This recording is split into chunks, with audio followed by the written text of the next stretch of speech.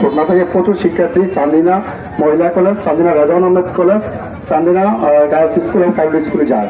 আমরা অনেক শিক্ষার্থী এখানে প্রাণ হারায়। গত 4 দিন আগে গোবিন্দপুর হাই স্কুলের এক শিক্ষার্থী মারা গেছে আমরা জানি। তার পরিপ্রেক্ষিতে 2 দিন আগে আমরা মানববন্ধন করছি, আজকে বিক্ষোভ সমাবেশ করছি।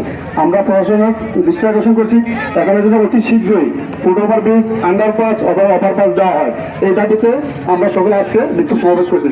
আমি আর বক্তব্য দীর্ঘায়িত করবো না, গাড়ি ঘোড়া আটকে রাখছে, এই জন্য দুঃখিত সকল হয়ে গেছে। আমি এই বলে আমার বক্তব্য শেষ করছি। আসসালামু আলাইকুম।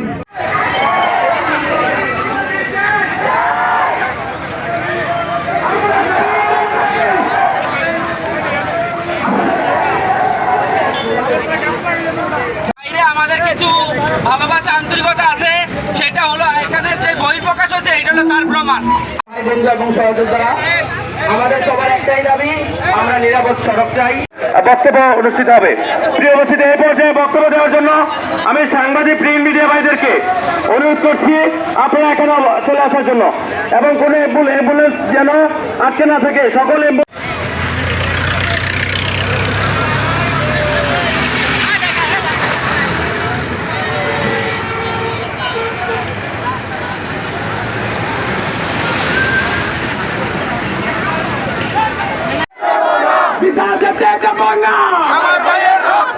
আর কত রক্ত পিতা যেতে দেব না।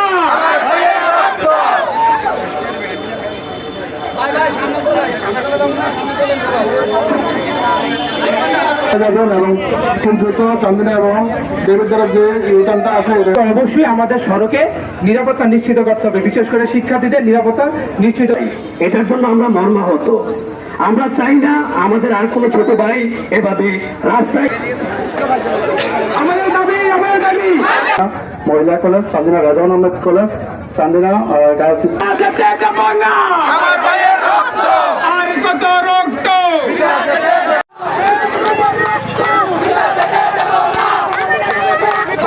আন্তরিকতা আছে, সেটা হলো এখানে যে বহিঃপ্রকাশ হচ্ছে।